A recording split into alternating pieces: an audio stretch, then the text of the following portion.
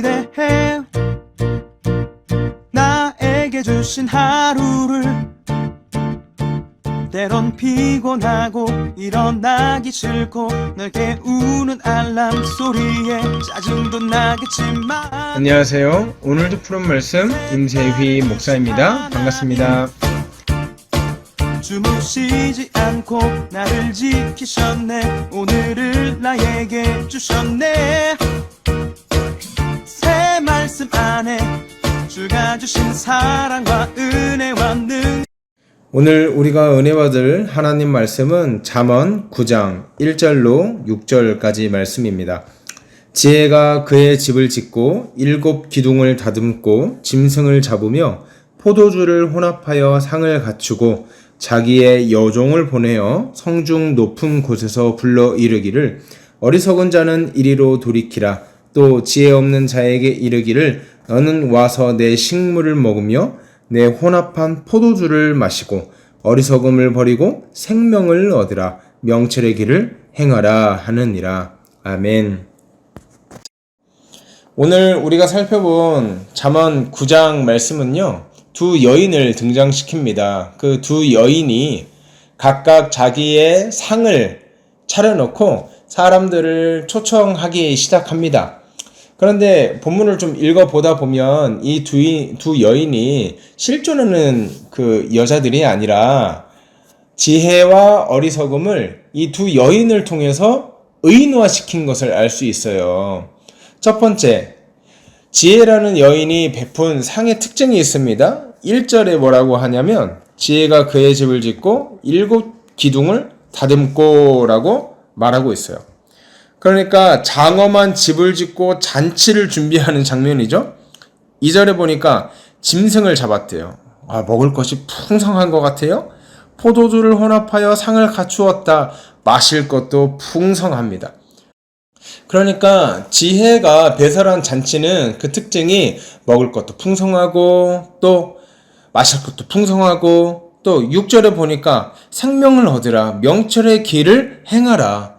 그러니까 이 잔치의 특징은요, 명철도 얻을 수 있고 생명도 얻을 수 있고 또 먹고 마시는 문제도 해결할 수 있는 잔치예요. 이 잔치의 특징이 뭐라고요? 지혜라는 거예요. 그러니까 오늘 잠언 기자가 우리에게 말하고 싶은 것이 뭐냐면, 얘들아, 지혜를 선택하는 삶을 살아간다면, 다른 무엇이 아니라 지혜를 선택하는 삶을 너희가 따라간다면 너희가 명철을 얻을 수 있을 것이고 생명을 얻을 수 있을 것이고 먹고 사는 문제에 대한 것도 책임져 주실 것이다. 오늘 이 얘기를 우리에게 하고 있는 거죠. 그렇기 때문에 우리에게 어리석은 자의 길을 따라가지 말고 어리석은 자가 배설하는 잔치에 참여하지 말고 지혜가 베풀어주는 잔치에 참여해서 지혜의 길을 올곧게 따라가라. 정도를 걸어가라. 오직하게 그 길을 따라 살아가라 하고 우리에게 권면하고 있는 것입니다. 그런데 4절에 보니까 이 지혜의 길이요, 이 초청하는 사람들이 잘난 사람들이 아닙니다. 어리석은 자는 이리로 뭐하래요? 돌이키라. 또 지혜 없는 자에게 이르기를 너는 와서 내 식물을 먹으며 내 혼합한 포도주를 마시고, 이렇게 말하고 있어요. 그러니까 지혜가 상을 베풀고 사람들을 초청할 때 그 초청하는 사람들이 잘나고 똑똑하고 자격 있고 그런 사람들을 초청하는 것이 아니라 부족하고 좀 모자르고 또 세상에서 살아갈 때 지혜의 도움이 없으면 도무지 살아가기 어려운 사람들이구나, 그렇게 판단되는 미숙하고 또 세상을 살아가기에 너무 막막하고 두려운 사람들, 그런 사람들을 초청하고 있다고요. 여러분, 그게 누군지 아십니까? 바로 저와 여러분 아니겠습니까? 이 설교를 듣는 중에 나는 어리석지 않은데 이렇게 생각하시는 분들은 다행입니다. 근데 저는 너무 어리석거든요. 그래서 마땅히 지혜의 길을 따라갈 수밖에 없거든요. 지혜롭지 않고 어리석고 우매한 자, 그리고 이 지혜가 없으면 세상에서 도무지 어떻게 살아가야 될지를 알지 못하는 저 같은 사람들을 위해서 지혜가 약속하는 결론이 뭐예요? 생명을 얻으라, 명철의 길을 행하라. 사랑하는 여러분, 지혜를 따라가는 삶이 여러분의 생명을 풍요롭게 할 줄 믿습니다. 여러분의 삶을 좋은 길로 인도할 줄 믿습니다. 그러면 과연 이 좋은 지혜, 너무나 좋은 지혜, 이 지혜를 어떻게 가질 수 있는가 봤더니요, 이 본문 중반절에서 이렇게 말하고 있더라고요. 10절 한번 보시면 이렇게 말하고 있어요. 여호와를 경외하는 것이 지혜의 근본이요, 거룩하신 자를 아는 것이 명철이다 라고 이렇게 말하고 있어요. 그러니까 오늘 무슨 말을 하고 있는 거냐면, 하나님을 경외하고 하나님께 순종하며 살아가는 것이 곧 지혜로운 삶을 살아가는 것이며, 또 지혜로운 삶을 살아갈 때에 네 생명이, 네 삶이 더욱더 풍성해지고 윤택해질 수 있다, 우리에게 권면하는 거예요. 그러니까 우리가 마땅히 바라봐야 될 대상은 누구예요? 하나님이라고요.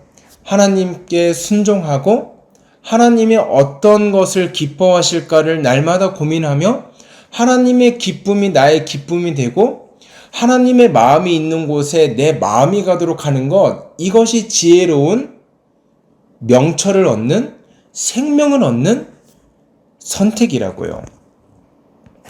우리가 점점 커서 어른이 된다는 것은 스스로 선택해서 그 선택에 대한 책임을 져야 된다는 걸 의미하잖아요. 제가 4살, 6살 아이들을 키우고 있는데 가끔은 이 아이들이 너무나 부러울 때가 있어요. 왜냐면 엄마 아빠가 시키는 것만 하면 되잖아요. 어린이집 갔다 오면은 손 씻어라, 옷 갈아입고 밥 먹어라, 밥 먹었으면 양치질해라, 자기 전까지 놀아라, 이런 엄마 아빠가 지시해주는 것들을 잘 지키면 이 아이들은 어떻게 돼요? 건강하게 쑥쑥 자라잖아요. 그런데 이 아이들이 중학교, 고등학교가 돼가지고 대학을 스스로 선택해야 되는 문제가 있고, 또 대학을 졸업하고 취업 전선에 뛰어들 때 어느 직장을 고를 것인가 선택해야 되는 문제도 있고, 어느 길을 갈 것인가 선택해야 되는 문제도 있고, 또 결혼을 해서 자녀를 키우다 보면 또 이 자녀를 어떻게 교육시킬 것인가. 우리가 성인이 되고 우리가 어른이 된다는 것은 중요한 선택의 순간순간들이 더욱더 많아진다는 걸 의미하는 것 같아요. 그럴 때일수록 우리에게 필요한 게 뭐예요? 지혜예요. 하나님을 경외하는 거예요. 하나님을 따라가는 거예요. 여러분, 한때 우리 복음주의 기독교권 안에서 굉장히 붐을 일으켰던 캠페인이 있습니다. WWJD 캠페인. 여러분 혹시 아시는 분 계세요? 다시요? WWJD. 제 발음이 안 좋아서 좀 이렇게 못 알아들으시려나? What would Jesus do? 무슨 말이에요? 예수님이라면 어떻게 하셨을까? What would Jesus do? 죄송합니다. 제가 발음을 필리핀 발음에 익숙해져가지고 What would Jesus do? 예수님이라면 어떻게 하셨을까? 날마다 고민하는 거죠. 내가 어떤 선택을 내리기 전에 이런 상황에서 예수님이라면 어떻게 하셨을까? 내가 화를 내기 전에 예수님이라면 이런 상황에서 어떻게 하셨을까? 내가 자녀들을 한번 꾸짖기 전에 예수님이라면 이런 상황에서 어떻게 하셨을까? 날마다 삶의 영역에서 계속 고민하는 거예요. 예수님을 따라서 살아가는 삶. 예수님이라면 어떻게 하셨을까를 고민하고 그 삶을 나도 쫓아가는 삶. 그것이 지혜로운 선택의 길이라고요. 사랑하는 여러분, 저는 이제 말씀을 마칩니다. 우리가 이번 한 주간에도 수많은 선택의 연속에 놓일 것입니다. 그런데 이 선택, 하나님이 기뻐하시는 지혜를 선택하는, 하나님을 경외하는 선택의 연속으로 여러분의 삶이 더욱더 풍성하고 윤택했으면 참 좋겠습니다. 또 그렇게 되길 주의 이름으로 소원합니다. 10절 말씀처럼 여호와를 경외하는 것, 하나님을 의식하는 것, 예수님이라면 이 상황에서 어떻게 하셨을까를 날마다 고민하며 살아가는 것, 또 그 고민의 결과를 선택하는 것, 이런 진중한 선택의 연속에 오늘 또 이번 한 주간에 가득하기를 주의 이름으로 소원합니다.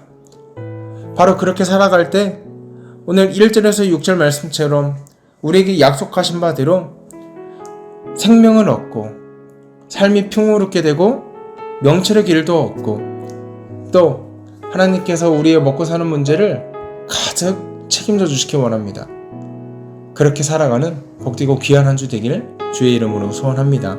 이 시간 기도하실 때 하나님, 이번 한 주도 또 오늘 하루도 수많은 선택의 연속 가운데 놓여 있을 텐데 하나님이 기뻐하는 선택 할 수 있도록 도와주십시오. 하나님을 경외하는 선택, 하나님을 의식하는 선택, 예수님이라면 어떻게 하셨을까를 묵상하는 선택, 그렇게 선택할 수 있도록 도와주십시오. 우리 이렇게 기도하고요. 오늘 하루 또 이번 한 주 힘차게 살아가는 저와 여러분 되기를 주의 이름으로 소원합니다. 함께 기도하겠습니다.